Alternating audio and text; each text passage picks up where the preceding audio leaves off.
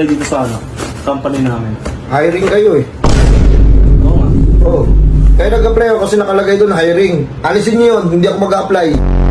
Company namin. Anong may ambag ko? Oo. Bag ko. Bag mo? Opo. Hindi mo pwedeng iambag yung bag mo, boss, sa company. Dapat, alisin niyo yung tanong na yun. Anong masasabi mo, Tenge, friend daw? O yung po ako ginagawa sir. Hindi mo alam kung ano mangyayari sa loob ng 10 taon.